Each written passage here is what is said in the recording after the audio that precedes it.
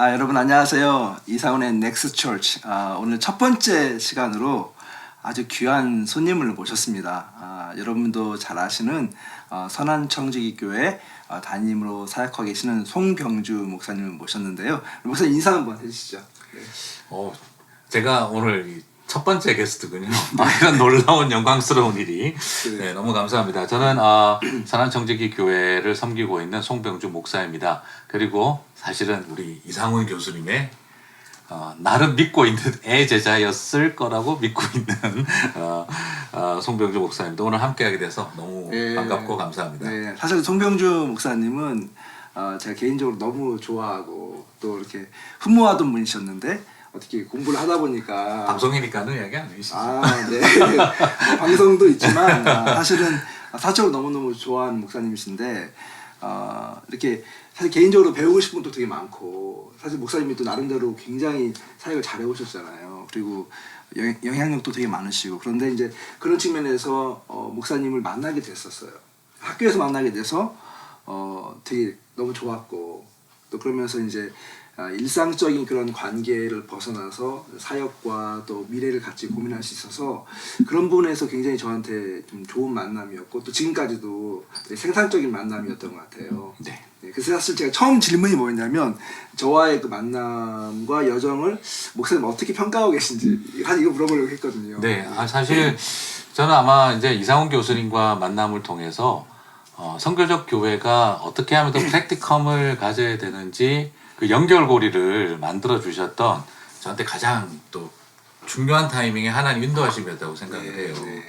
그래서 뭐 봐도 제가 들어 보이는 건 아시죠? 네, 들어 보이지만 늘 이렇게 배우는 시간이었고 그리고 그걸 통해서 우리 교회가 좀 가야 할 방향에 대해서 정말 큰 영향을 저한테 미쳐주셔서 정말 개인적으로 뭐 교수님 이라는 느낌을 떠나서 저한테는 굉장히 좋은 멘토와 같은 분이시다. 그렇게 생각을 하고 있습니다. 밥을 사야 될 것 같은 그런 분위기인데. 네, 요즘은 밥을 못 먹습니다. 같이. 멘토가 나눴습니다. 네. 사실 우리 목사님 뭐 많이 알고 계시겠지만 그래도 이제 유튜브를 통해서 하는 거니까 모르시는 분도 계실 것 같아요. 그래서 목사님 개인 소개를 좀 잠깐 해주시면 좋겠습니다. 네, 저는 지금 이제 2009년 9월부터 시작을 해서 지금 이제 10년이 넘었고요. 그리고 청년 사역을 오랫동안 해오면서 지금도 여전히 청년들에 대한 하트는 제 가슴을 늘 뛰게 하는 그런 가운데 있습니다. 그러면서 교회가 가야 할 방향이 선교적 교회, 미셔널 철치라고 하는 본질적인 고민을 시작을 하면서 지난 10년을 달려왔고요. 그리고 사랑하는 아내와 또 아이들, 또 많은 아픈 손가락 같은 막내와 또 두 아이들까지 해서 5명이 한 가정을 이루고 열심히 지금 살아가고 있습니다. 네. 목사님 그 선한청지교회도 좀 소개해 주면 좋겠습니다. 어떤 교회예요, 목사님? 네, 이제 교회가 정말 저와 함께 이제 28년이 이제 넘어가고 있고요. 그리고 그 전에 일대 목사님께서 20년 목회를 그리고 제가 10년 그러면서 또 동사 2년을 해서 거쳐온 교회입니다. 선한청지기라고 하는 이름이 참 부담스러워요. 왜냐하면 무슨 웨스트 코비나 철치도 아니고 이게 선한청지기 하면 사람들 말하기 딱 좋죠. 선했던 청지기 뭐 이렇게 뭐 악한 청지기 뭐 미운 청지기 뭐 얼마든지 이렇게 조롱할 수 있는 굉장한 위험한 이름이죠. 사실 부담되는 이름이에요. 선한 목자는 괜찮아요. 예수님이 선한 목자니까. 주변에 그런 얘기가 있죠. 아니, 선한 목자 교회는 그래도 예수님이 선한 목자님이시니까 우리야 좀 뭐 못해도 괜찮다고 뭐라고 말할 수가 있는데 이 선한 청지기는 참 부담스러운 이름이에요. 일대 목사님께서 정말 큰 부담을 안고 시작한 교회 저도 마음에 선한 부담을 안고 섬기고 있고요. 정말 따뜻하고 사랑에 넘치는 교회 어떻게 하든지 힘들어도 서로 지킬 건 지켜야 한다 하는 그 마지노선을 가지고 있는 성도들 그리고 힘들지만 끊임없이 동력하는 일 그리고 동기의 순수함을 무엇보다 교회의 가장 중요한 기도 제목 우리가 사역보다 순수한 동기에 대한 고민을 많이 하는 성도들이 모여 있습니다. 그게 저희들 가장 큰 기도 제목이기도 네. 하고요. 옆에서 제가 볼 때는 이제 선한천지교회가 이런 것 같아요. 그러니까 1대 목사님에서 2대 목사님으로 이렇게 넘어오시면서 잡음이 진짜 많은 교회가 많은데 너무 아름답게 그 리더십 트랜지션이 되셨고 또 지금까지도 같이 이렇게 동역을 하고 계시고 또 목사님께서 테이크오버 하신 다음에 교회가 더 건강해지고 더 성장하고 또 많은 영향력을 미치고 있는 그런 교회로 아주 모범적인 그런 교회로서 자랑할 만한 그런 교회다 이런 생각이 들어서 그래서 제가 목사님을 1번으로 우리 인터뷰에 모시는 겁니다. 사실 일대 목사님의 역할을 말하지 않을 수가 없는 것 네, 같아요. 네. 일대 목사님께서 정말 나는 이제부터 빗자루 잡은 사람이야 라고 하셨어요. 내가 가진 흔적들은 다 쓸어버리고 나갈게. 네. 목사님 할 수 있도록 길을 다 닦아주고 나갈게. 특별한 분이셨어요. 네, 그리고 그러시군요. 어떤 영향력도 그 행사하지 않으려고 또 선교지로 가셨고 그래서 다만 흠이 있었다면 흠이 있었나요 거기에요? 네. 일대 목사님도 송씨고 저도 송씨가 라스타임이 많은 분들이 세습이라고 오해하시는 분들이 아직도 있습니다. 세습에서 잘 되고 있는 교회다. 그래서 나중에 와서 사실 당황한 거는 돈이 같은 거예요.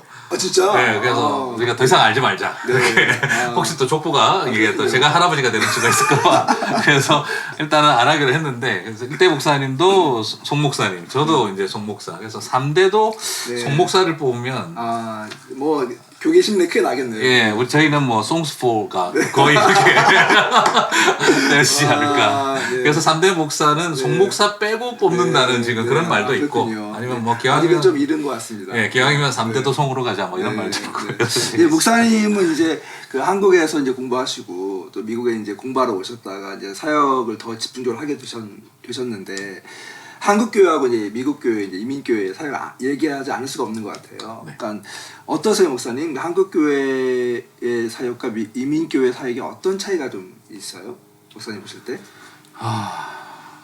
이제 한국 교회는 정말 이렇게 겉으로 보기에 서로가 지켜주는 선이 있는 네. 또 그런 면에서 좀 목회자의 권위 뭐 이런 것들이 인정되어지는 분위기가 있는 것 같아요. 그리고 또 예전이라고 하는 그러니까 한국에서 가장 크게 느낀 것은 한국에서는 예전이라고 하는 게 중요하더라고요. 네. 그래서 예전이 아니죠. 의전이라고 해야 되겠죠. 의전이라고 하는 것을 되게 중요하게 생각하는 그런 컬처를 제가 많이 네. 겪었고 실제로 저도 그렇게 해야 했었고 근데 미국 가서 그런 어떤 의전 혹은 또 당연히 목사니까 주어지는 권위 이런 것들은 없다는 생각이 들어요. 네. 그게 처음에는 나쁘다는 생각도 했는데 정말 지금은 오히려 그것이 어떤 그런 껍데기 없이 성도들을 바라보고 나 자신을 바라볼 수 있게 하는 좀 계기였다는 생각이 하나 들고요. 그 다음에 한국은 돈이 많다.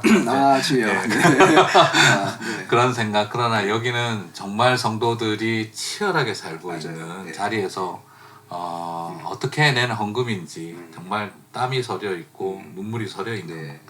그래서 그것 때문에 더 한 번 더 기도하고 고민하게 되는 네. 그런 자리인 것 같아요. 네. 저는 이제 이민교회 현장을 이렇게 들여다보면서 이민교회를 경험하길 너무 잘했다 이런 생각이 많이 드는 것 그렇죠. 같아요. 그러니까 한국교회에 가면 사실 아직도 여전히 목사님 말씀하신 의전이라든가 아니면 뭐 풍성함 이런 게 좀 있잖아요. 네. 근데 이민교회는 어떻게 보면 굉장히 밑바닥에서 쌓아 올린 그런 교회들이고 또 그런 어떤 정서들이 남아있기 때문에 치열함도 있고 또 그러면서 동시에 어떤 간절함 이런 것도 있어서 한국 교회가 좀 잃어버리고 있는 것들을 이민 교회가 지금 가지고 있는 것들이 있어서 또 더군다나 요즘은 이제 막내가 너무 편하기 때문에 서로 주고받을 수 있는 그런 유산들이 좀 많이 쌓여가는 게 아닌가 이런 생각이 좀 갖게 됐어요. 저도 목회 시작하면서 그런 마음 청년사회 가면서도 그랬습니다. 그러니까 존경받는 것보다는 네. 친구가 됐으면 좋겠다. 네. 친구가 되다 보면 존경받을 날도 올지 모르지만 너무 존경이라고 하는 것을 먼저 기대하고 접근하는 것은 네. 아닌 것 같다. 네. 그런 것을 스스로 깨닫고 그냥 다른 거 다 필요 없고 그냥 친구 되고 싶고 네. 지금 담임 목회를 하지만 친구처럼 또 형님처럼 네. 때로는 동생처럼 아들처럼 네. 그렇게 다가갈 수 있게 만들어준 것이 저는 이민교회 목회 안경이다. 네. 사실 한국 교회는 이제 바뀌었잖아요. 옛날 같이 그렇게 할 수가 없는 시대가 됐기 때문에 어떻게 보면은 한국 교회도 이민 교회가 가지고 있는 그런 정서나 아니면 사역적인 그런 메커니즘을 좀 잘 수용해서 좀 더 친화적이고 더 인카네이션 할 수 있는 그런 사역이 이루어지면 좋겠다는 생각을 좀 하게 되네요. 저도 그렇게 생각합니다. 네. 우리 좀 본격적으로 사실 우리 목사님이랑 같이 만난 이유가 이제 그 코비드 19 이후에 그 사역에 대해서 많은 사람들이 고민하고 있기 때문에 그 부분을 우리가 어떻게 준비해야 될 것인가 이런 이야기를 좀 하고 싶어서 사실 목사님을 모셨습니다. 자, 그런데 이제 시대에 대한 이해나 또 분석도 필요하지만 또 전략과 계획이 굉장히 필요한데 사실 송변효 목사님은 그런 측면에서 굉장히 공부를 많이 하시고 또 실제적인 사역 가운데서 그런 것을 많이 이제 보여주신 그런 대표적인 교회고 또 목사님이라고 생각이 듭니다. 목사님 최근에 쓰신 글 봤어요. 제가 코비드 19 이후에 세상과 교회 이제 그 책으로 나오게 될 그런 책 가운데 한 챕터 쓰셨는데 그거 보면서 제가 굉장히 많이 좀 저 나름대로 많이 배우고 또 은혜를 받았습니다. 자, 그런데 거기에서 목사님이 이제 시대를 진단하는 좀 큰 픽처를 보여주셨잖아요. 근데 한마디로 요즘 시대를 좀 진단하면 어떻게 진단을 하실 수 있겠어요? 사실은 뭐 제가 진단했다기보다는 네. 이제 학자들의 의견을 저는 수용했고 그 중에 또 한 분이 또 우리 이상훈 교수님이셨거든요. 사실 목회자로서 큰 유혹 중에 한 가지가 뭐냐면 내가 이 시대를 향해 뭔가 답을 줘야 된다는 그 묘한 어떤 이상한 사명감 내지는 부담이 있는데 그러나 목회자로서 이 복잡한 시대를 다 인식하기에는 한계가 있다는 생각을 합니다. 그래서 먼저 좀 전제하고 싶은 것은 제 진단도 아니고 이것은 오히려 훌륭한 분들의 진단에 대해서 우리가 귀를 기울이고 들어야 할 영역이라고 생각이 되어져요. 그래서 제가 내가 다 아는데 말이지 하는 어떤 이런 전지적 시점에서 우리 시대가 이렇다 하는 것보다는 그런 분들의 글들을 이렇게 보면서 우리 목회자들이 이제 겸손하게 또 우리의 이제 부족함을 인정하면서 배우는 작업들이 우선 필요하다는 생각이 들어요. 그래서 이 시대를 목회자들이 너무 진단하려고 하지 말고 먼저 배우는 과정에서 이 시대의 진단들을 참고하면서 길을 찾는 게 필요하지 않을까 생각을 해봤고요. 그래서 이제 그 중에서 가장 크게 와닿았던 게 이제 이 뉴 노멀, 뉴 노멀이라는 게 굉장히 컸어요. 자, 이제 뭐냐면 이런 이야기인 거죠. 우리가 지금 갑자기 이 일이 스캔들처럼 이 4차 혁명의 분위기와 온라인의 시대가 우리에게 온 게 아니라 지난 우리가 20세기에서 21세기를 넘어오는 과정 속에서 한 몇십 년 동안, 20년 동안 계속 진행되어져 왔던 일들인데 이 일이 코비드 19으로 인해서 급속하게 비정상적 속도로 들어갔을 뿐이라는 거예요. 그 말은 이제 뭐냐면 20세기 후반, 21세기에 들어왔지만 여전히 20세기 후반을 살아가고 있던 우리가 갑자기 21세기로 급발진하게 되어졌다는 거죠. 그렇다고 한다면 우리가 생각하는 정상화는 옛날로 돌아가는 것이 아니라는 거예요. 디렉션은 가야 할 방향으로 갔다는 거죠. 그렇기 때문에 단지 비정상적으로 좀 빨리 갔을 뿐이지 그러므로 이것을 되돌이키는 것은 정상화가 아니라 역류가 된다. 어차피 목사님 말씀하신 거는 어차피 와야 될 미래가 왔다 이 얘기를 하시는 거네요. 그렇죠. 그러니까 뒤돌아가야 된다라는 생각보다는 이것은 오히려 정상화가 아니라 역류가 되어지고 비정상적으로 빠르게 오다 보니 놓친 것들을 잘 찾아서 가야 할 방향으로 나아가야 한다는 거죠.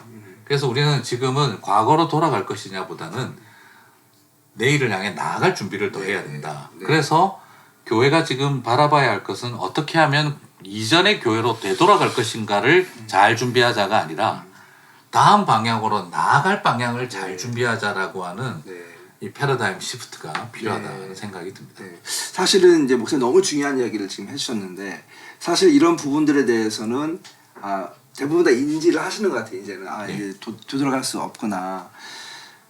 그럼에도 불구하고 우리가 목회자들을 만나서 이야기하면 역시 여전히 우리의 그 사역적 패러다임은 과거로 머무는 경우가 되게 많은 것 같아요. 그래서 어떻게 하면 과거에 잘 됐던 것들을 이 시대에 빨리 다시 재개할 수 있을 것인가 이런 생각을 많이 하고 있는데 어떻게 하면 그런 생각을 바꿀 수 있을까요, 목사님? 저는 우리 이상훈 총장님 그 아티클 중에서 지금은 리부팅을 할 시대가 아니라 리세팅을 해야 될 시대다라고 네, 하셨던 네, 거. 네. 지금은 사실은 정확하게 말하면 오퍼레이팅 시스템 자체를 다시 생각을 해보고 네. 아니면 CPU를 바꾸는 작업들을 네. 지금 해야 되는 네. 상황이라고 저는 생각을 해요. 네. 그래서 근본적으로 우리가 해왔던 지금까지 많이 해왔던 흐름들을 완전히 다시 건설한다는 네. 생각을 하지 않으면 네. 조금 더 우리가 막연한 개선, 네. 리페어를 하거나 좀 픽스하면 되는 문제라고 보는 것이 네. 아니라 네. 이것은 근본적으로 그러니까 가지치기가 필요한 게 아니라 나무를 다시 심어야 할 단계다 하는 생각의 전환이 활 시위의 활이 떠났는데 이론상으로 따라가서 잡아서 다시 가져올 수 있죠. 그렇죠. 그러나 실제로는 잡을 수가 불가능하죠. 없다는 네. 걸 심각한 인지를 해야 되는데 네. 아직 그 단계가 쉽지 않죠. 예. 네. 네. 사실 공부를 많이 하고 이렇게 책도 보고 또 이런 토론에 참여하는 목회자들조차도 사실은 완전히 리셋을 한다 이런 생각을 잘 못하는 것 같아요. 네. 그게 저는 좀 약간 의아하고 아마 관성이 아닐까 싶어요. 그런 게 지금까지 달려왔던 네. 그러니까 사실 버스는 멈췄는데 몸은 하고 앞으로 지금 계속 네. 쏠려가고 있는 그렇죠. 거죠. 네. 그래서 지금 우리가 사실은 이해가 돼요. 한순간에 그걸 돌이킬 수는 없을 거라는 생각이 들고 이미 버스는 급정거를 했는데 네.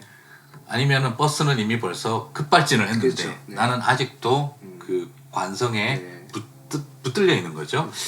이제 시간이 해결해 주겠지만 너무 늦지 않았으면 좋겠다. 하는 사실 생각. 많은 사람들이 지금 이 시대를 가르쳐서 골든 타임이라고 얘기를 해요. 네. 근데 이 골든 타임이 길지가 않은 거죠, 사실은. 그게 문제죠. 사실 우리가 요즘 이 미국 같은 경우는 한 5개월쯤 이제 됐는데 팬데믹이 4개월 5개월 됐는데 성도들의 신앙생활 패턴 자체가 굉장히 많이 바뀐 것 같아요. 이미 그죠? 이미 예. 근데 앞으로 이게 연말까지 가고 또 내년 또 내후년 이렇게 가게 된다면 뭐 교회가 뭔가를 돌이키고 손 쓸 수 있는 그런 기회는 아예 없어지지 않겠나 이런 생각이 들 정도로 되게 다급한 그런 시점이 아닌 생각이 듭니다. 전적으로 공감합니다. 네, 네, 네. 그럼 목사님은 아마 이제 아무래도 목회하고 설교하시면서 성경을 많이 보시잖아요. 근데 성경 가운데서도 좀 이런 극적인 예가 좀 있나요? 좀 스토리 목사님이 좀 주목했던 스토리가 좀 있나요? 가장 큰 스토리는 두 가지인데요. 네. 역대상에 나오는 23장에 나오는 그 이사갈의 이야기, 그 시대를 분별하고 네. 마땅히 행할 바를 아는 사람들을 뽑아서 다윗 왕조 시대의 새로운 사람들로 그 이사갈 지파에서 사람들을 소수를 파송을 해요. 네. 다른 지파들은 막 10,000명, 50,000명씩 다윗에게 다윗의 그 정권을 이제 새로 세우는 일, 사울 정권이 무너지고 이렇게 시대가 바뀌는 전환기죠. 네. 그래서 각 지파들은 많게는 뭐 50,000명까지도 보내는데 이사갈 지파는 고작 소수를 보내요. 비교도 안 될 만큼. 그런데 거기서 중요한 포인트가 뭐냐면 시대를 분별하고 마땅히 행할 바를 아는 사람들. 아, 그 소수 정예를 보낸 그렇죠. 거네요. 그러면? 그러니까 이 사람들의 가장 중요한 것은 그 전환기라고 하는 시대적 변화를 분별할 수 있는 능력과 네. 그 시대에 맞게 해야 할 일이 뭔지를 태도를 가지고 방법을 찾는 사람들이 네. 숫자만큼이나 중요했다는 거죠. 많은 숫자만큼이나. 아. 저는 그걸 보면서 우리가 지금 이 시대에 이사갈의 자손들의 이야기와 같은 그런 리더십들이 필요하고 교회가 그 역할을 격려해야 한다는 거죠. 네. 그리고 또 하나 생각이 드는 것은 좀 예레미야서를 제가 생각을 하게 되는데 하나냐 선지자는 걱정하지 마라. 2년 뒤에 우리는 돌아간다. 네네. 그랬죠. 네. 근데 예레미야는 아니다. 70년을 살 준비를 해라. 음. 하나냐는 바빌론에 적응하지 말고 돌아갈 준비를 해라. 네. 네. 우리는 다시 성전 집기를 들고 가서 예배를 드릴 거다. 음. 그러니까 바벨론 적응은 신경 쓰지 말고 네. 순교 정신과 애국 정신으로 네. 돌아갈 준비를 해라. 그런데 예레미야는 너희들은 자녀들을 시집장가 보낼 준비를 하고 밭을 개간하고 집을 세우고 그 땅의 백성들의 평안을 구하는 적응을 준비해라. 사실 그 당시에 있는 사람들이 그 메시지를 들었을 때는 완전히 약간 말도 안 되는. 말도 안 되는 예, 말도 안 가장 듣기 싫은 그런 메시지를 전한 거네요. 그래서 지금 어쩌면 우리도 빨리 돌아가서 옛날처럼 해야 한다가 아니라 그때 이제 충격이 컸겠죠. 네. 하나님이 네.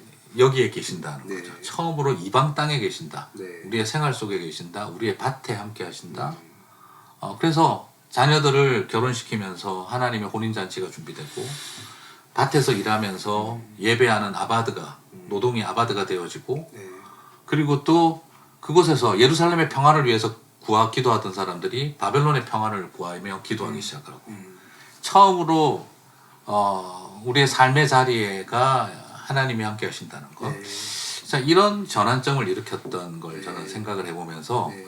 지금 우리가 한번 돌아봐야 할 굉장히 중요한 것은 뉴 노멀에 다시 어떻게 하면 적응해서 거기서 하나님 함께 하심을 찾아낼 수 있을까를 고민하는 그 작업이 필요하다 생각합니다. 나는 송 목사님 좋은 게 이런 거 같아요. 이게 근거가 그냥 일반적으로 뭐 시대에서 이야기하는 정보나 아니면 흐름이 이렇기 때문에 교회가 이렇게 가야 된다가 아니라 성경적인 그런 근거 속에서 묵상과 또 어떤 통찰을 통해서 우리에게 다가오니까 진짜 듣는데 제가 소름이 돋네요. 그리고 은혜가 되고 사실 저도 최근에 이제 조그만 글 안 쓰면서 그 제목이 그 긴 겨울을 준비하라라고 하는 거였거든요. 네. 그러니까 사실 그거는 좀 더 완곡한 표현을 썼는데 솔직히 말하면 아이스에이지를 준비하라 이거였거든요. 빙하기를 준비해야 된다. 왜냐하면 이게 어떻게 보면은 물론 끝날 수는 있어요. 뭐 예를 들면 백신이 나오고 해서 끝날 수도 있겠지만 우리가 형성된 이 관성 또 새롭게 형성된 습관 이것은 이제 과거로 안 돌아갈 것이기 때문에 정말 우리가 이 시대를 완전히 새로운 안목으로 보지 않으면 불가능하다. 그런 가지고 썼는데 목사님이 지금 성경적인 이야기를 이렇게 해주시니까 그 부분이 비록 소수의 사람들이지만 이것을 준비하고 깨어있는 사람들만이 갈 수 있는 길이구나. 그리고 어떻게 보면 교회의 미래가 그런 면에서 볼 때는 이제 뭐 파퓰러리티는 아닌 것 같아요. 그죠? 더 소수의 어떤 깨어있는 창조적 사람들에 의해서 하나님께 새로운 길을 여실 것이기 때문에 그런 의미에서 목사님 하신 말씀이 정말 많이 와닿는 것 같습니다. 너무 감사합니다. 네. 은혜 받았습니다, 여러분. 이제 그러면서 또 한 가지 중요한 것은 우리가 이제 시대를 좀 분별하는 안목이 필요한데 목사님께서 이제 그 서구와 동양의 엇갈림에 대한 이야기를 하셨던 것 같아요. 근데 그건 어떤 의미예요, 목사님? 예, 막연한 뭐 에이시안 프라이드, 코리안 프라이드를 말하고 싶은 건 아니고요. 네. 사실은 이미 동양이 그런 부적절한 오만함에 빠져 있다가 과거 역사적으로 그렇죠. 볼 때. 과거 역사적으로 볼 때 산업혁명 이후에 전환되어져가는 시대적인 변화를 전혀 따라잡지 못한 오만함을 가지고 있었죠. 네. 그 전에 동양 문화가 종이, 화약, 뭐 천문 엄청났죠. 그렇죠. 네. 그런 어떤 능력들을 가지고 있었던 의술이 발전했던 그런 동양의 그 문화와 화려했던 모든 것들이 산업혁명 이후 그 변화를 터부시하다가 네. 결국에는 그 동양의 오만함이 그렇죠. 잠자는 사자인 줄 알았더니 죽은 사자였더라, 병든 사자였더라 하는 그런 취급을 당하며 무너졌었죠. 네. 네.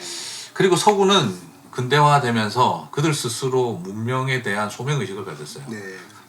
실제로 그런 글들도 있더라고요. 그 서구 문명의 소명은 미개한 동양 문화를 문명화시키고 와. 예, 그들을 이제 문명인으로 만드는 일이 네. 우리의 할 일이다. 네. 그게 이제 성경하고 좀 연결된 그렇죠. 그것이 이제 미션 그렇죠. 임페리얼리즘으로 그렇죠. 이어지는 계기가 되게 됐는데 그런 어떤 사고를 가지고 있다 보니까 동양에서 나오는 솔루션을 배운다는 걸 서구인들이 자존심의 문제가 그렇죠. 되고 있는 뭐 거죠. 그건 지금도 사실 마찬가지 아닌가요? 지금 바로. 네. 그래서 지금은 서구의 오만이 황혼을 만들어낸다는 느낌이 들어요.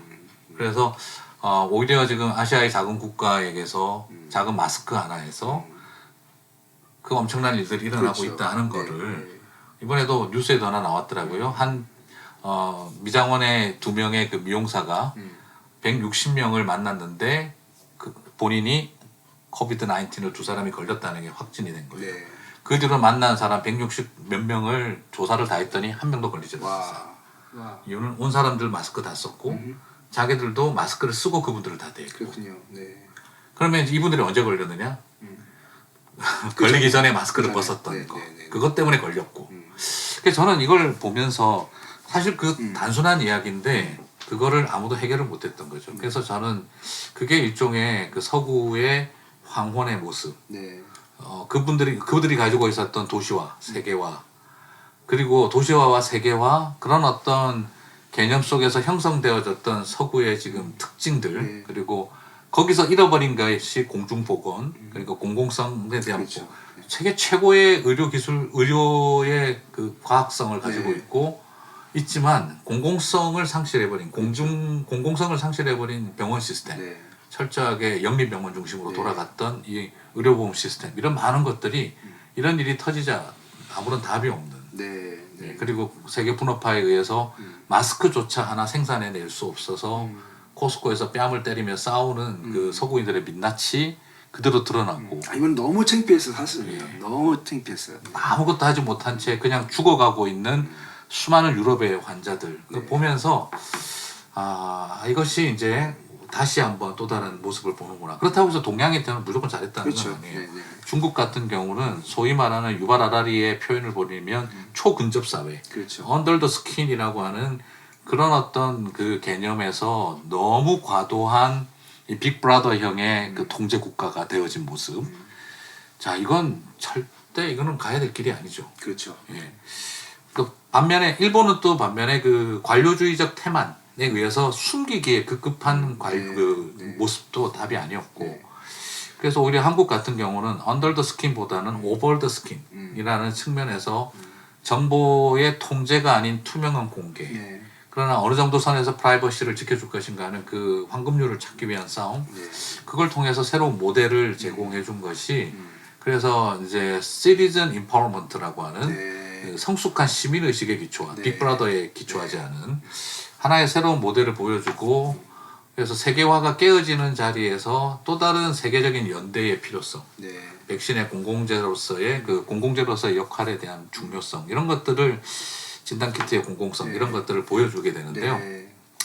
저는 이것이 이제 하나의 이게 우리의 교회 주는 효과가 있다고 생각해요. 네. 네. 그렇죠. 예, 교회가 가야 할 방향. 그렇죠. 클 필요 없고 공공성을 추구하고 투명한 모습으로 접근해 나간다면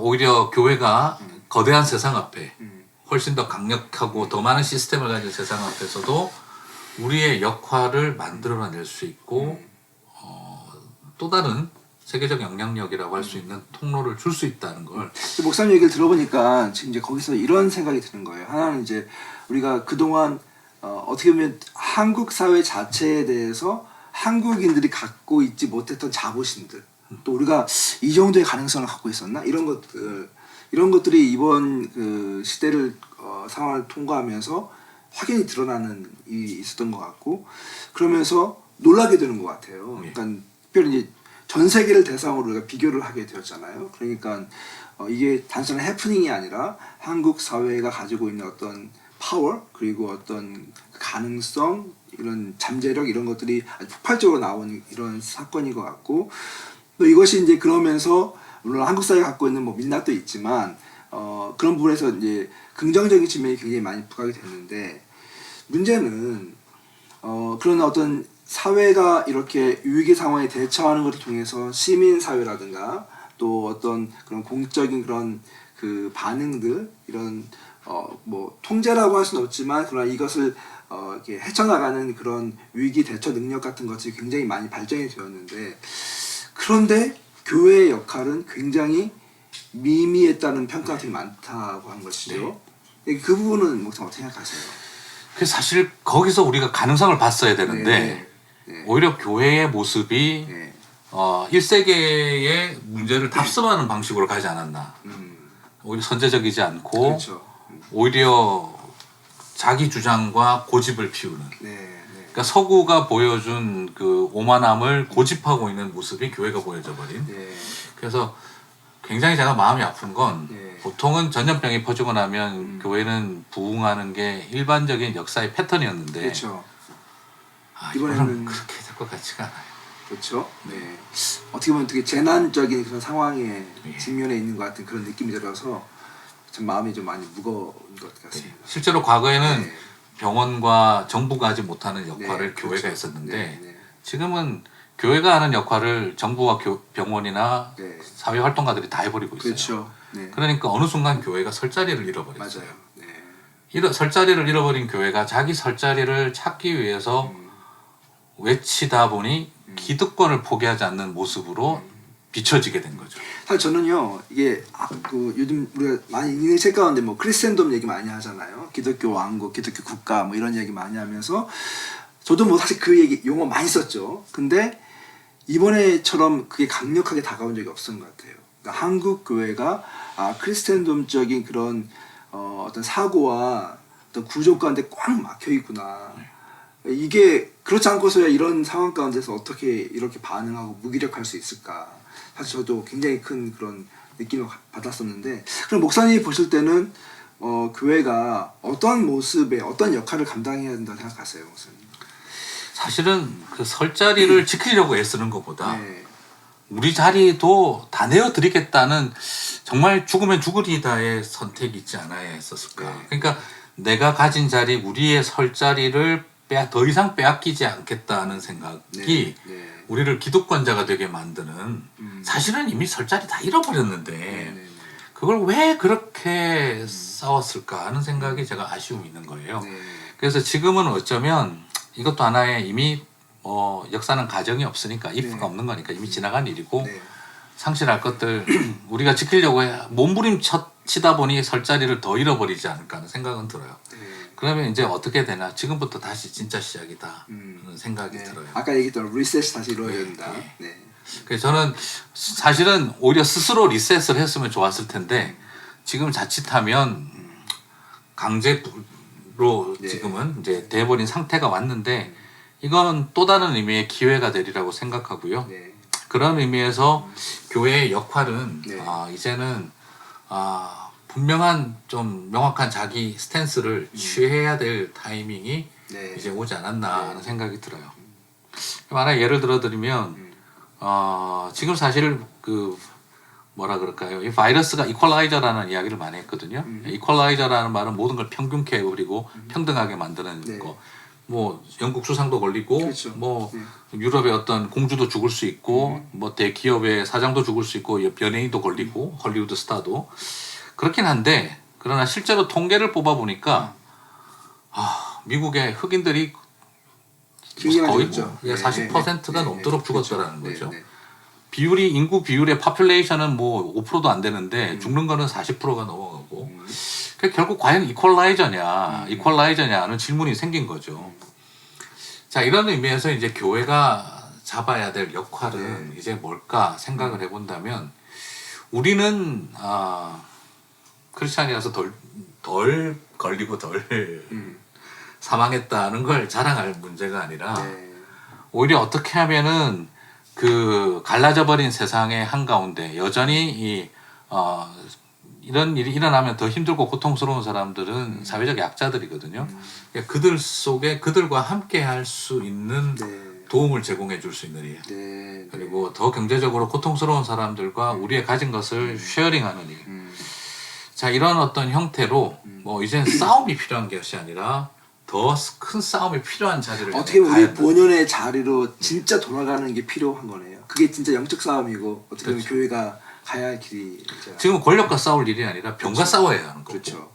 그러니까 전선을 분명히 다시 해야 된다는 거예요. 네. 지금은 네. 사회와 우리의 설 자리를 지키기 네. 위해서 싸워야 하는 타이밍이 아니라 네. 병과 싸워야 하고 바이러스와 싸워야 하고, 그 바이러스로 인해서 고통받는 사람들을 네. 대신해서 싸워줘야 되는데, 네. 우리는 자꾸 우리를 지키기 위해서 사회의 어떤 그 우리를 음해하려는 세력들과 싸워야 한다는데 네. 더 마음이 가 있는 게 아닌가. 네. 그래서 싸움의 대상, 전선을 네. 다시 새롭게 해야 된다.